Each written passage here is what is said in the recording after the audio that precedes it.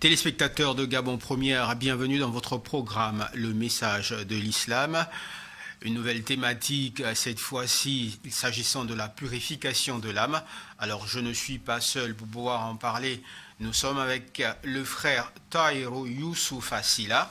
Il est avec nous justement parce que c'est quelqu'un que je connais de multidimensionnel quand même, il faut l'avouer.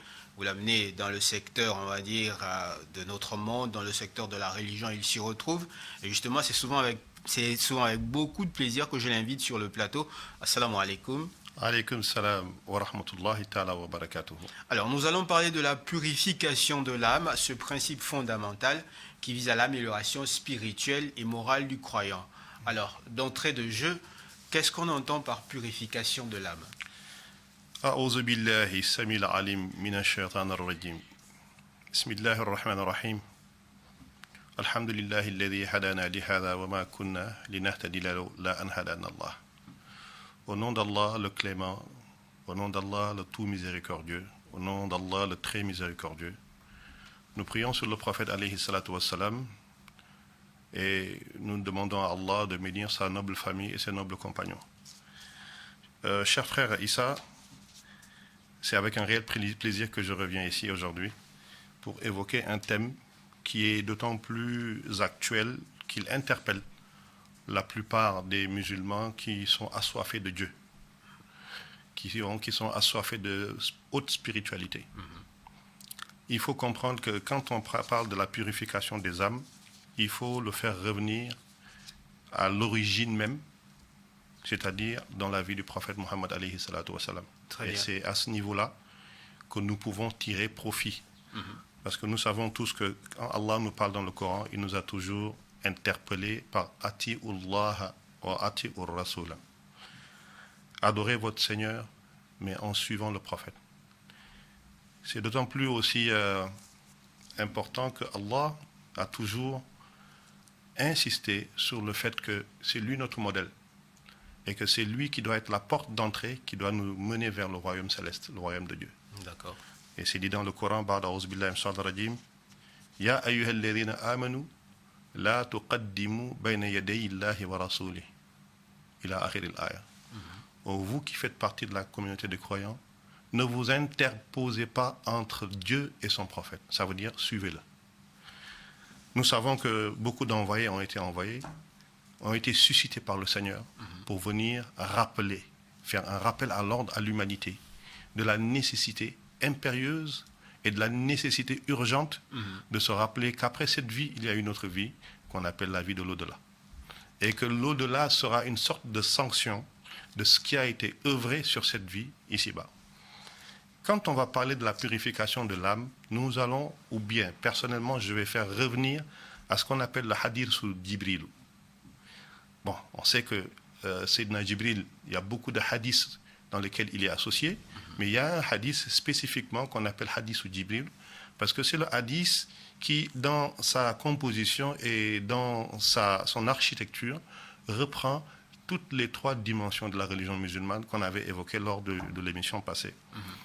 Je vais venir juste dans une synthèse. Ce hadith, on va le paraphraser pour aller un peu plus vite, va nous ressortir, parce que Jibril, alayhi salam, va poser au prophète Muhammad, alayhi salatu wassalam, paix et salut sur lui, 3 questions. Et ces questions-là, quand on les revoit dans toute leur plénitude, elles nous ramènent à la dimension de l'islam, de la iman et de la ihsan. Alors, il nous ramène à l'islam en tant que dimension d'adoration corporelle, avec tout ce que ça implique. La pratique, prière, pèlerinage, le jeûne, le jeûne, tout ce qui est vie d'état civil, mariage, baptême, en tout cas la vie sociale de manière globale, et les actes d'adoration qui sont faits par les membres du corps, l'islam. Deuxième dimension, et dans cette dimension-là de l'islam, on va l'appeler dans la connaissance islamique le fiqhu. Et ses connaisseurs, les fuqara. D'accord. Deuxième dimension, c'est le iman, qui n'a pas trait aux membres du corps, mais qui a trait à ce qu'on appelle le cœur. D'accord. Certes, le cœur, c'est un membre du corps, mais c'est un membre à part qui a une dimension particulière. D'accord. Alors là, c'est la foi en Dieu, c'est la foi en l'existence des anges, c'est la foi à tous les livres qui ont été révélés, que ce soit l'Évangile, que ce soit la Torah, etc., jusqu'au livre qui a clôturé tous les livres qui est le Coran, et la foi aussi au décret divin, qu'il soit pour nous positif ou négatif. Voilà. Qu'il soit dans la majesté du Seigneur ou qu'il soit dans tout ce qui va dans le sens de l'accomplissement de nos désirs terrestres. Alors, cette science-là, qui va avoir trait à la iman, on va l'appeler la science du tawhid. D'accord? D'accord. Ou la science de al-aqida. Donc, on va appeler ces connaisseurs ulama ou tawhid, ou bien il y en a qui l'appellent aussi ilmul kalam. Là, on est clair. Ces deux dimensions reviennent dans ce hadith. Ilmul kalam, Ilmul kalam, c'est-à-dire la science du tawhid, de tout ce qui a trait à la iman. On a des branches, on a toute une terminologie, on a voilà, des spécialistes qui ne sont spécialisés que dans ça. Ça aussi, ça revient dans le hadith de Jibril. Mais la troisième dimension qui va venir dans le hadith de Jibril et qui va nous intéresser pour notre propos d'aujourd'hui, ce sera la dimension ihsan. La dimension ihsan. La dimension ihsan. C'est-à-dire la dimension de la perfection. Perfection. Voilà, effectivement. Et c'est dans cette dimension-là qu'on va inscrire la purification des âmes. D'accord. Alors, la ihsan, on va la résumer à travers cette assertion du prophète, alayhi salatu wassalam, qui disait « Adorez votre Seigneur comme si vous le voyez. Car même si vous ne le voyez pas, lui vous voit. » En substance, « An ta'budu Allah ka'annaka tarahu, fa in lam takun tarahu, fa innahu yaraka. » C'est exactement ça. Faites comme si vous le voyez, parce que si vous ne le voyez pas, lui, il vous voit. Alors, cela en termes de viatique, en termes d'instrument d'adoration, en termes de base qui sert à l'esclave de Dieu ou à l'aspirant ou celui qui est à la quête d'une purification ou d'une amélioration spirituelle, il va tirer des fruits de ça. Parce que quand tu te comportes comme ça, tu t'inscris sur une échelle graduelle qui va vers une perfection permanente allant donc d'une étape à une autre. D'accord. Alors là, on va avoir comme fruit des états spirituels qui sont propres à la personne. Et ces étapes spirituelles-là peuvent se manifester de différentes façons. Ça peut être dans le hal, c'est-à-dire dans ton état spirituel. Tu peux être quelqu'un de colérique, ça peut te rendre jusqu'à la sérénité. T'adoucir, en fait. T'adoucir. Voilà. Tu peux être quelqu'un qui était vraiment véritablement dans le péché, mais tu as une sollicitude très prononcée pour ton Seigneur qui fait que, bon, il y a certaines choses que tu faisais, tu n'arrives plus à les faire. Tu as une sorte de cheminement vers ce qu'on va appeler la gnose. C'est-à-dire, tu vas complètement te fondre dans la lumière divine, au point où, même sur le plan exégétique, tu auras des formes de compréhension qui vont aller au-delà de l'aspect livresque. D'accord. Hein? Donc, cette branche-là, c'est cette branche qu'on appelle le ihsan. Et il a pour objectif et pour cible le cœur. Parce que le prophète l'a dit dans un de ses hadiths al-Quds, où il dit qu'il y a un morceau de chair qui est en l'homme. Quand il est corrompu, tout le reste du corps est corrompu. Quand il est sanctifié, tout le reste du corps est sanctifié. On lui a demandé c'est quoi? C'est le cœur. Nous savons aussi qu'il y a un autre hadith al-Quds qui rapporte que Allah lui-même a parlé que l'immensité des océans, des montagnes, de l'univers et de tout ce que j'ai créé, malgré cette immensité-là, ne peut pas me supporter moi dans mon incommensurabilité. Mais il y a un morceau de chair qui est en l'homme. Quand il est pur et purifié, je peux y résider totalement. Vous voyez, donc là... C'est assez paradoxal. C'est assez paradoxal. Ouais. Donc ça veut dire que à partir du moment où le travail a été fait convenablement, jusqu'à arriver à la limite même, on peut dire le lotus même de la purification de l'homme, c'est là où maintenant on a une connexion directe, une connexion de proximité avec son Seigneur. Voilà. Donc la ihsan, en quelque sorte, ça place l'action de l'homme dans une relation étroite avec son Seigneur. On n'est pas dans une pratique machinale de la religion. D'accord.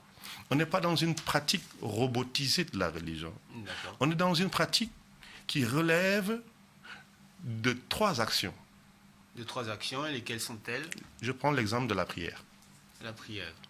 Quand on fait la prière, on fait le takbir, on fait les genuflexions, on fait les, comment ça s'appelle, on se prosterne, on se rassoit. Donc c'est des membres qui le font. C'est des gestes, c'est de la gestuelle qui est faite. D'accord. Donc d'un point de vue visuel, il y a de la gestuelle. Mais d'un point de vue hautement spirituel, il y a d'autres considérations qui peuvent entrer en compte. Oui, la pratique de la prière, d'accord, d'autres considérations qui peuvent rentrer. Alors ça devient intéressant. Alors comment peut-on se purifier par la prière? Bon, là, par exemple, la purification par la prière, c'est déjà avoir la conscience de sa condition d'esclave d'Allah subhanahu wa ta'ala. D'accord, donc comme on dit, de sa conscience de servitude. De servitude. Voilà. Parce que nous savons que l'une des portes d'entrée les plus rapides pour accéder au Seigneur, c'est le rabaissement, c'est l'humilité, c'est la modestie.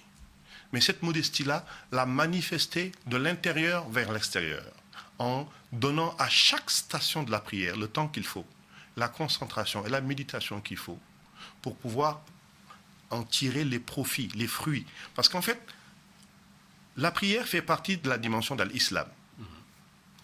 L'intention pure qui la précède est dans la iman. Le fait maintenant de les combiner les deux et de chercher dans la quête du Seigneur, ça va porter des fruits. Les fruits, c'est quoi?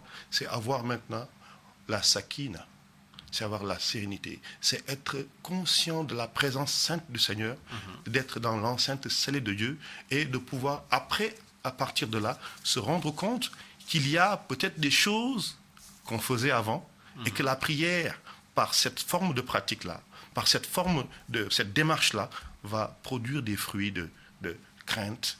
Après, on n'arrive plus à mentir. On n'arrive plus à rester sans aller à la mosquée. On s'éloigne de beaucoup de choses. Voilà. C'est pour ça, inna salata tanha anil fahsha'i wal munkar. Vous voyez? Donc c'est un peu ça. Donc c'est placer l'esclave au centre. Au centre de quoi? D'une quête, d'une proximité, d'une relation. Ça veut dire que cette ihsan-là va comporter trois parties. À travers la prière, on a dit que le ruh, l'âme et le nafs. Oh, bon, enfin, nafs, on voit ça comme âme. Je vais arriver à ça. D'accord. Et ruh, on voit ça comme l'esprit. Le souffle divin, s'il faut le dire comme ça. Voilà. Sans hésiter. Voilà. Parce que dans la sourate 38, quand même, il y a un récit quand même qui dit j'ai créé Adam et j'ai donné, j'ai émis mon souffle dans lui. Oui. Bon, certainement, on aura peut-être des réponses aujourd'hui. Ce souffle-là, c'est l'âme. Mais l'âme a une dimension qui est une dimension qui relève de l'aspect charnel. D'accord. D'accord? Okay. Et le Coran le ramène. On va y arriver dans le cheminement. D'accord, ça marche. On va y arriver dans le cheminement. Donc je disais que l'Irsan place les trois éléments-là, parce qu'on a dit que ça a trait au cœur. Ça, c'est dans l'appropriation globalisante. Mais dans le détail, les trois dimensions qui sont dans la ihsan, c'est-à-dire la purification des âmes, les trois éléments qu'on va pointer du doigt pour aller faire le travail là-bas, pour que ça puisse produire les fruits escomptés de proximité vis-à-vis de Dieu. J'ai une petite idée dessus, mais je ne sais pas si on partage la même idée. La petite idée, c'est l'âme, nafsul ammara. On va y arriver. D'accord. En tout cas, vous allez vite en besogne. Voilà, je n'en parle plus. On y va. On va y arriver. Donc, le ruh, l'âme et le nafs. Alors, regardez. Nous sommes faits de trois parties. D'accord. Nous, les êtres humains. Nous avons le corps. Reconnu, c'est-à-dire que en fait, ici, c'est pour éviter en fait toutes les suspicions, par exemple, pour ceux-là qui n'aiment pas la purification, enfin le terme de purification. Non, on va y aller de manière à la fois spirituelle et scientifique. D'accord, on y va. Voilà, donc factuelle, de manière globale. D'accord, on y va. Donc, la créature est faite de trois parties. D'accord. Nous avons un corps. Donc, nous sommes faits de chair, corps. Donc, on a des membres, donc tout ce qui est corporel.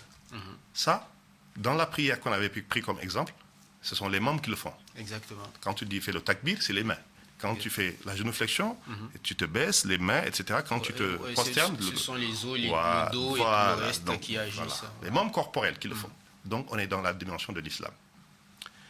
Quand on va à l'iman, c'est le cœur. Exactement. On est d'accord sur ça. C'est le cœur qui accepte le Seigneur. Exactement. C'est le cœur qui accepte les envoyer. Et également, c'est peut-être le lieu de tous les conflits aussi. Voilà. C'est là aussi où beaucoup de choses se passent. D'accord. Et la troisième dimension de l'homme, c'est l'âme. Cette âme-là va être le centre d'intérêt même de la tazkiyatun nafs, D'accord. c'est-à-dire de la ihsan, qui est la dimension par laquelle on va éduquer l'âme. Alors, l'imbrication de l'âme maintenant dans le corps va créer une sorte de conflit. C'est-à-dire que le fait d'être embrigadé dans cette carapace corporelle produit des sortes de salissures, des envies qui sont de temps en temps démoniaques et sataniques. D'accord. N'est-ce pas? C'est pour ça que le Coran dit « Inna nafsa la ammaratu bisu ». Donc vous voyez, l'âme maintenant, quand elle se mélange au corps, ces salissures-là peuvent produire des zones d'ombre, des barrages, des blocages dans ta vie, etc. C'est pour ça, même aujourd'hui, vous voyez, beaucoup de gens parlent même de l'aspect, je vais faire une petite digression, de l'aspect véritablement couple. C'est-à-dire une femme ou un homme qui se mélange à n'importe qui. Vous voyez, on parle d'une dimension spirituelle qui est là. Vous voyez, c'est juste une sorte de manifestation de ça. D'accord. Vous voyez. D'accord. Donc, c'est salissure-là. L'assouvissement des désirs de manière incontrôlée. Incontrôlée. Sans respect des lois naturelles. Voilà. Qui est une résultante de l'embrigadement. C'est-à-dire du fait que l'âme qui est dans le corps et qui est piégée là-bas, parce que quand la personne meurt, elle sort du corps, elle est libérée. Et revient dans sa nature de purification. Dès que tu es mort, tu as le fatah, tu as l'ouverture spirituelle. Mais moutu qabla an tamut. Mourir avant de mourir. Maintenant, mourir avant de mourir, c'est par le viatique de la ihsan. Après, dans le cheminement... On y va. Parce que trop de digressions, ça risque de nous amener... Non, c'était juste un exemple. D'accord. Donc, je disais, des sortes de salissures qui sont produites de par le truchement entre le corps qui est donc enveloppé, l'âme qui est enveloppée dans le corps. Donc, ces blocages qui peuvent en découler, ce sont ces blocages-là qu'on appelle le nafs.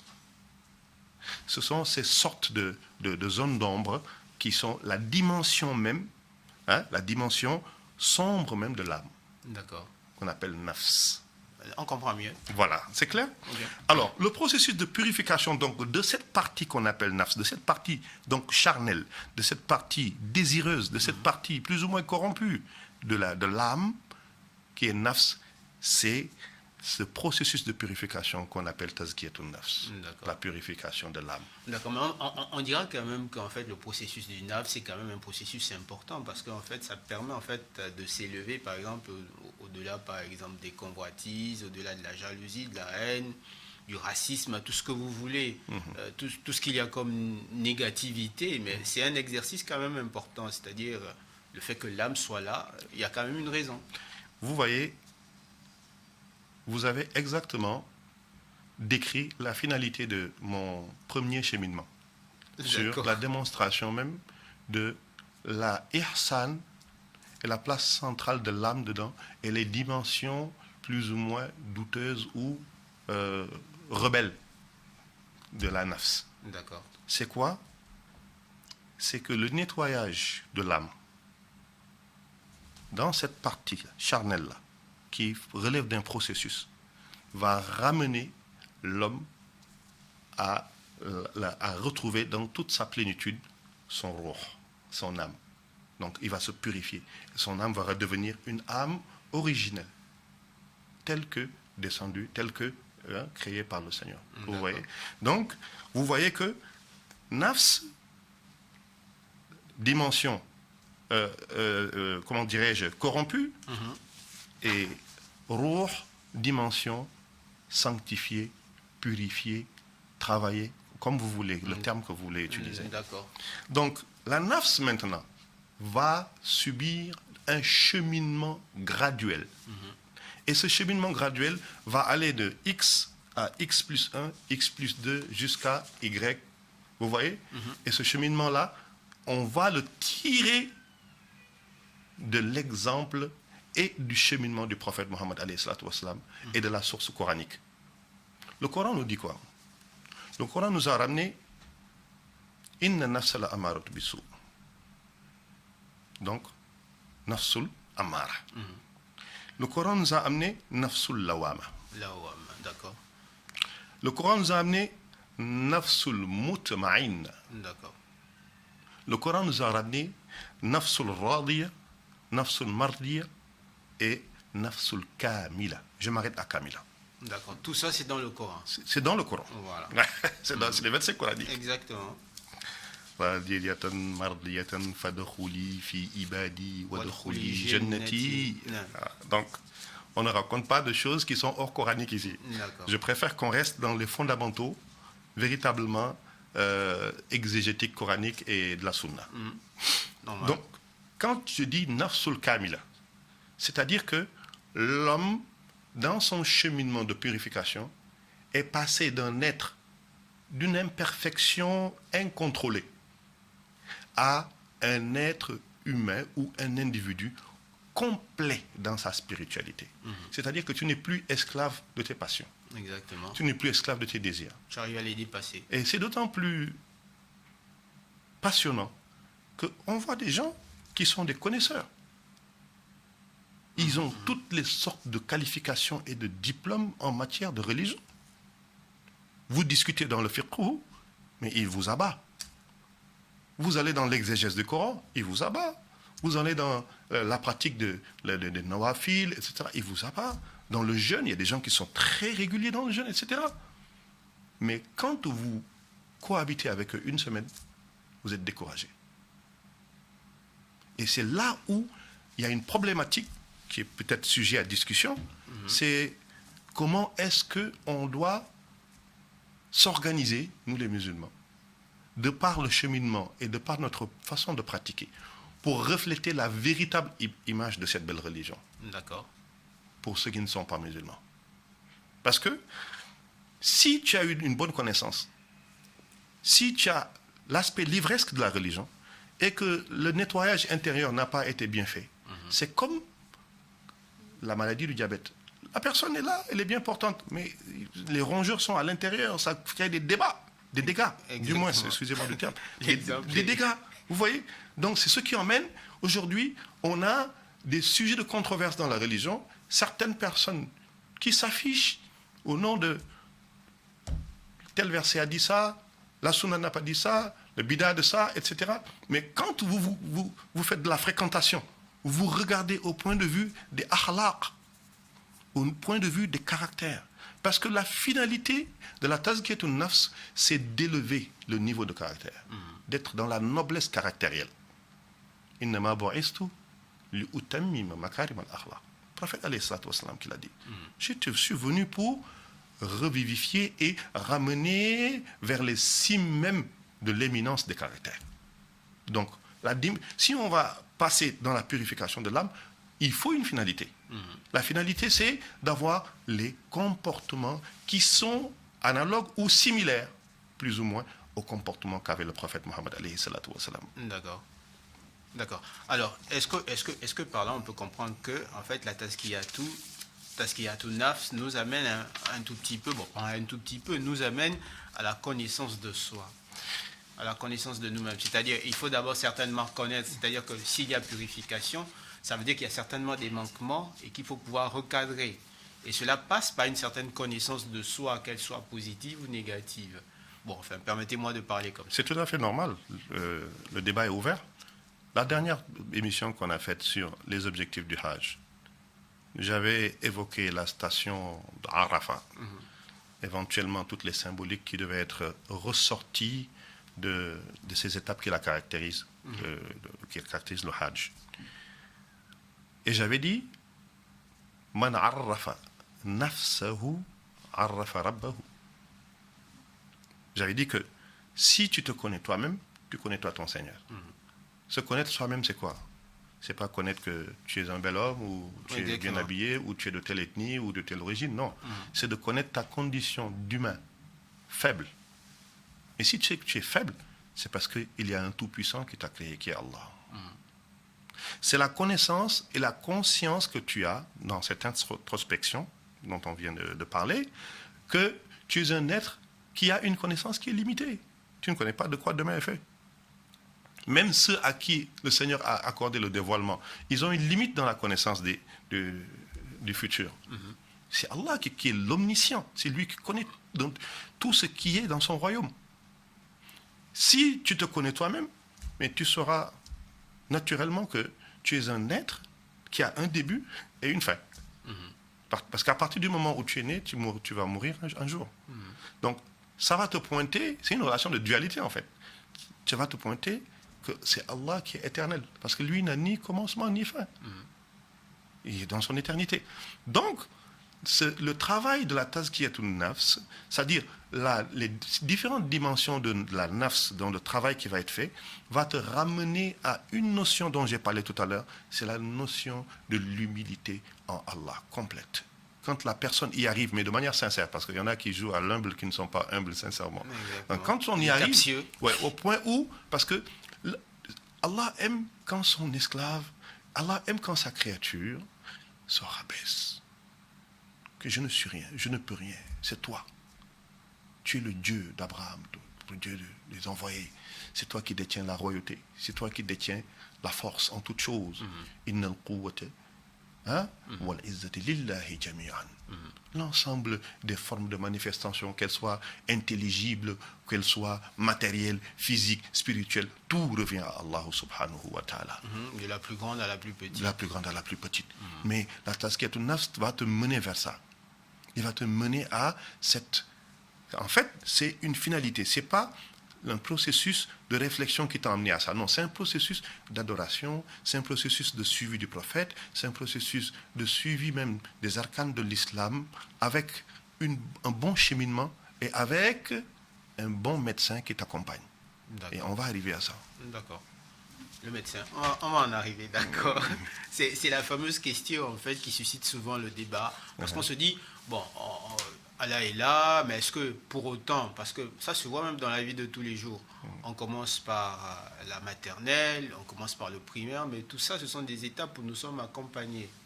Il y en a qui sont plus doués que les autres, mais il y en a également chez qui on décèle, par exemple, certains dons, et certains, par exemple, arrivent à les...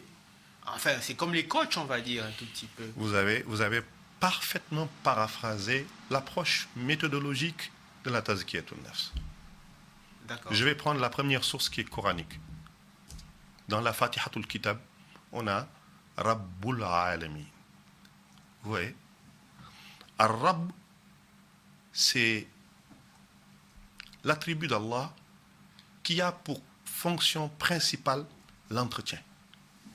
D'accord. C'est Allah qui t'entretient depuis le monde des âmes, qui te fait venir dans le ventre de maman, avec tout le processus qui est dedans. C'est lui qui est là, qui va envoyer l'ange, insuffler l'âme, intégrer toute la masse squelettique, les os, etc. etc., etc.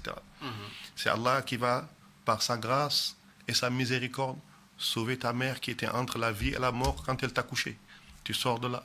C'est Allah lui-même qui va s'occuper de ton entretien en te donnant le souffle de vie, en te donnant l'énergie, en te donnant tout ce qui est nécessaire à ta croissance au point de vue physique. C'est Allah qui va développer ton mindset, ton intelligence. C'est Allah qui va donner à tes parents de quoi te nourrir jusqu'à ce que tu passes de l'âge enfance à l'adolescence, à l'âge adulte. Tout ce processus-là revienne dans la fonctionnalité globale de Ar-Rabbu. D'accord. Rabbu, le Seigneur, Alamin des mondes. Les mondes sont multiples. Nous, chez nous les musulmans, la considération même de l'aspect monde, d'un point de vue conceptuel, ce n'est pas pareil que chez les scientifiques. La vie ici-bas, c'est un monde. Ceux qui sont morts sont dans le monde intermédiaire. Le barzakh, c'est un monde. L'autre vie qui est éternelle, où il y aura ceux qui seront en enfer ou au paradis, c'est des mondes. Et tous ces mondes-là, c'est des créatures de Dieu. Comme nous sommes des créatures de Dieu. Vous voyez? Donc, il y a le monde des génies, qui est parallèle à notre monde. Il y a le monde des anges. Il y a le monde des Rawhan, qui sont des êtres spirituels. Enfin, vous parlez par exemple du monde des génies, tout ça c'est pour lever les équivoques. Donc Allah, par exemple, je crois, Allah va nous dire également que les génies également ne connaissent pas l'invisible. Comme tout comme les êtres humains, en fait, ils sont limités. Attention, ça c'est un autre sujet. Non, c'est peut-être lever comme une équivoque, parce que Allah parle en fait de cette entité-là également, par exemple, dans la sourate Al-Waqiya, la sourate Ar-Rahman. Il parle également, dans la sourate 72 également, il parle de ces entités quand elles rencontrent le prophète. Le prophète récite le Coran, elles sont attirées par la récitation du Coran. Voilà. Et également, pour mettre en fait un petit coup de pied à la fourmilière, il y a l'histoire de Sulayman alayhi salam. Il meurt sur son bâton, mais aucun génie ne sait que Sulayman est mort. Ce qu'il faut retenir de ça, Allah a donné, il a gratifié de certaines créatures élues le don de ce qu'on appelle le dévoilement. Exactement, ça c'est vrai. Mais le dévoilement qu'Allah donne à ses créatures a une limite. D'accord. Parce que c'est lui qui a l'omniscience dans toute sa plénitude. D'accord?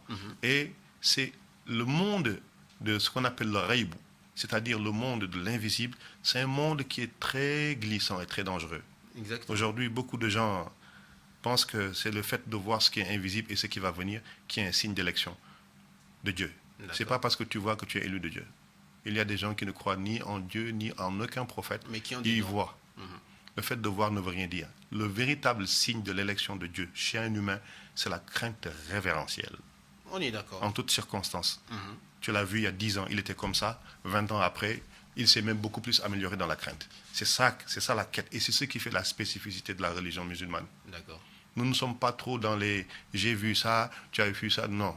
Ceux qui le font au nom de l'islam, c'est pas l'islam. Voilà, c'était important. Ça, ce n'est pas l'islam. Voilà, c'était important de le dire. Vous savez, mon défunt père me disait que nous, en Afrique, on est victime de notre substrat païen de nos ancêtres. C'est resté quoi. C'est-à-dire qu'on a tendance à associer notre religion à des choses qui sont plutôt tribales, traditionnelles, culturelles, etc. Mais l'islam dans sa conception, l'islam dans sa quintessence elle-même, c'est une quête. L'islam, c'est la crainte d'Allah. L'islam, c'est la pratique. Le fait de s'arrêter sur les visions, etc., chez nous, c'est le bas niveau. Exactement. Voilà. Parce que, je répète, il y a des gens, ils n'ont aucune référence religieuse, mais ils voient parfaitement. Et le monde de l'invisible est dangereux. Parce que Allah, fa'alun lima yurid, il est souverain. Des fois, le Seigneur te montre une chose, tu es pressé de le dévoiler pour qu'on dise qu'il voit, il est vraiment homme de Dieu. Ok, d'accord. Mais le jour où ce que tu avais prédit, autre chose arrive. Et pourtant, ce que tu avais vu, c'était la réalité. Mais le Seigneur l'a changé entre-temps. Et il est omniscient. Exact. Il est souverain. C'est pour ça, il y a un grand saint qui disait, si on devait donner le nom de famille au Seigneur, à Dieu, on l'aurait appelé celui qui manifeste ce qu'on n'a pas trop attendu. Vous voyez? Même dans votre vie, dans le cheminement de votre vie, vous vous rendez compte que ce que vous aviez prévu, tous les plans que vous avez mis en place ne sont pas forcément la finalité des choses après. Exactement. Et c'est Allah qui fait ça. Donc, je tiens à préciser ce point-là. Les gens qui sont dans les voyeurismes, etc., bon, marabout, parce que bon, c'est quand même une certaine problématique ici. Marabout, c'est un terme qu'il faut repréciser.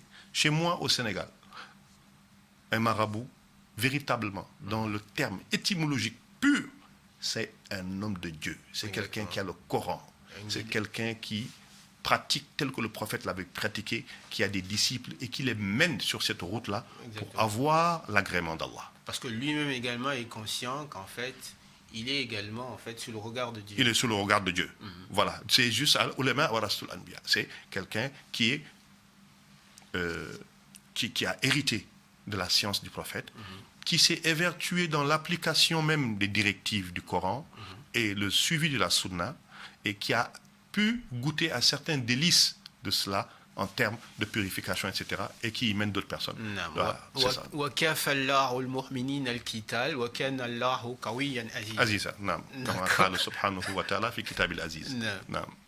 D'accord. Alors, il nous reste pratiquement 5 minutes. Je crois que si vous avez quelque chose à dire, il faut rajouter. Vous avez 2 minutes parce qu'on doit passer également à la rubrique qui est consacrée un tout petit peu à la vie de la communauté. D'accord. Bon, c'est dommage parce qu'il y a pas mal de choses à dire encore sur la tâche qui est une nafs. En 2 minutes, ça peut En 2 se minutes, dire. d'accord. Donc, ce qu'on a expliqué tout à l'heure sur cette dimension-là de la nafs, qui doivent être travaillées et purifiées, on va le retrouver dans les enseignements du prophète Mohammed alayhi salatu wa salam. D'accord.